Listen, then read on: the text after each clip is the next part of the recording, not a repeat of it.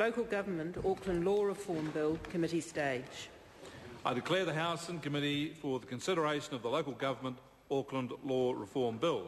Mr Chairman. Mr Speaker.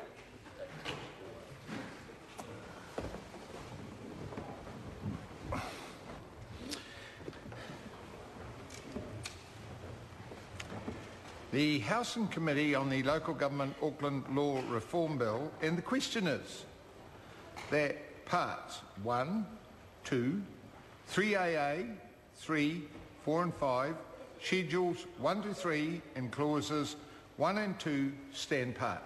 Mr Chairman. Honourable Rodney Hyde.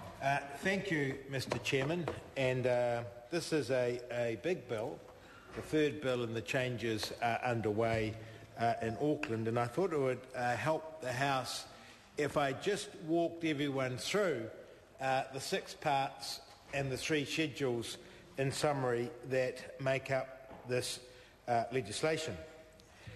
Part 1 of the bill, Mr Chairman, imposes new requirements on the Auckland Transition Agency in relation to its responsibilities for overseeing the reorganisation process for Auckland local government.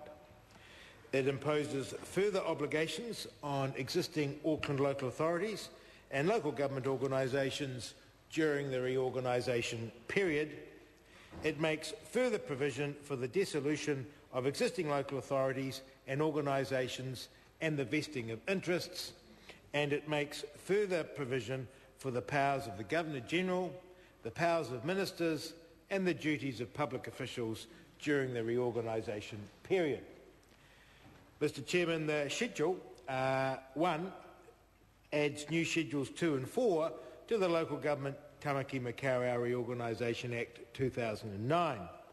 Schedule 1 of the bill sets out general and specific requirements for the contents of the planning document that the Auckland Transition Agency is required to prepare under Section 19A of the Local Government Tamaki Makaurau Reorganisation Act 2009.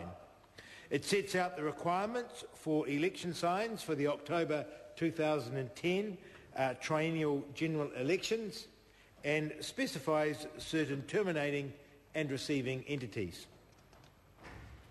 Mr Chairman, Part 2 of the bill sets out further matters in relation to the structure and functions, duties and powers of the Auckland Council that differ from the general provisions applying to local authorities under the Local Government Act 2002 and other local government legislation.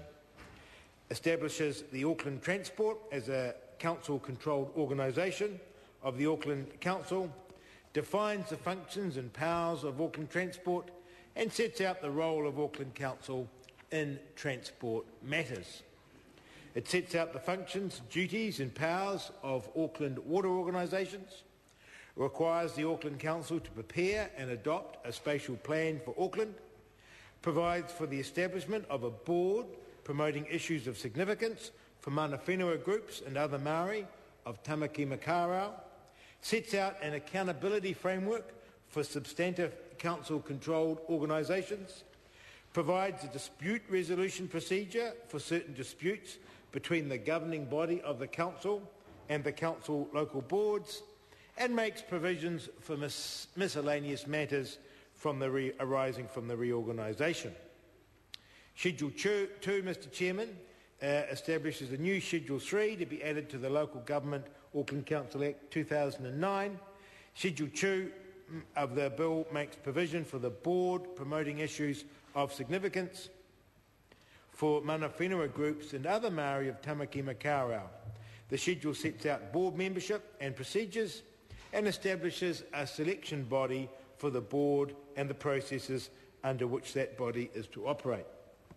Part 3AA of the bill provides transitional arrangements for the operation of the Auckland Council and other local authorities affected by the reorganisation and amends and repeals certain enactments. Part 3 of the bill, it provides for savings, transitional provisions in related matters except for employment. It sets out how the Auckland Council and its subsidiaries and local authorities other than Auckland Council affected by the reorganisation must conduct themselves in relation to specific matters during the first few years after the reorganisation. The specific matters include council governance and framework, the sale of certain council property, council-controlled organisation and Water Care Services Limited, interim rating matters, development and financial contributions, interim bylaw policy and planning matters, and the establishment of Pacific and ethnic advisory panels for Auckland. Part 4 of the bill, Mr Chairman, deals with transitional provisions relating to collective agreements of employees of existing local authorities and other, Mr Chairman, Rodney Hyde. And other local government organisations affected by the reorganisation that are transferring to a new employee. It requires the Chief Executive of the Auckland Council to review the position of employees by the 30th of September 2010, provides whether and to what extent employees are entitled to redundancy or other compensation, provides for related matters about the continuity of employment of employees who accepted positions with a new employer, and provides transitional provisions about collective bargaining and collective agreements. Part 5 of the bill, Mr Chairman, makes consequential amendments, repeals and revocations. Schedule 3 of the bill amends or repeals certain public acts as a consequence of this bill, amends or repeal certain local, private and provincial acts consequent to the provisions of this bill, and amends or revokes certain regulations consequential to this bill. In terms of the title, Mr Chairman, and the commencement, Parts 2, 3, AA, 3 and 5, except Section 1382, come into force on 1 November 2010. Section 1382, which relates to Water Care Services Limited exemption from the status of a council-controlled organisation, comes into force on 1 July 2012. On that day, the exemption will cease. The rest of the bill comes into force, Mr Chairman, on the day after the date in which it receives the royal assent. Mr Chairman, there are also government supplementary order papers which amend this bill. Let me quickly go through those. Most of the amendments are of a minor typographical or technical nature. For example, cross-references and inconsistencies in language within the bill are corrected. In addition, there are some more substantial amendments, including the following. New Section 49 and Clause 45 sets out the obligations of Auckland water organisations.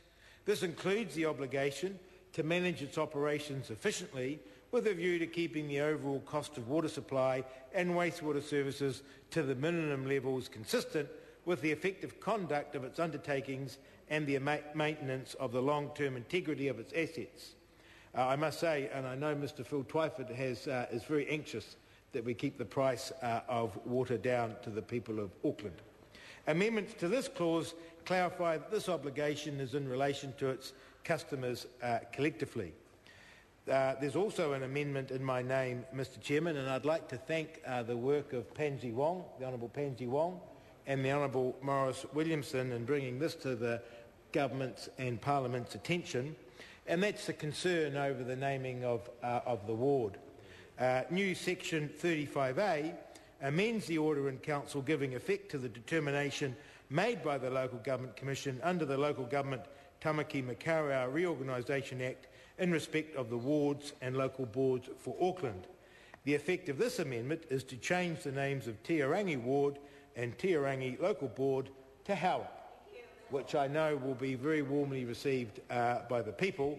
And again, it's another demonstration, Mr Chairman, of MPs listening to the people and the government and the Parliament responding accordingly.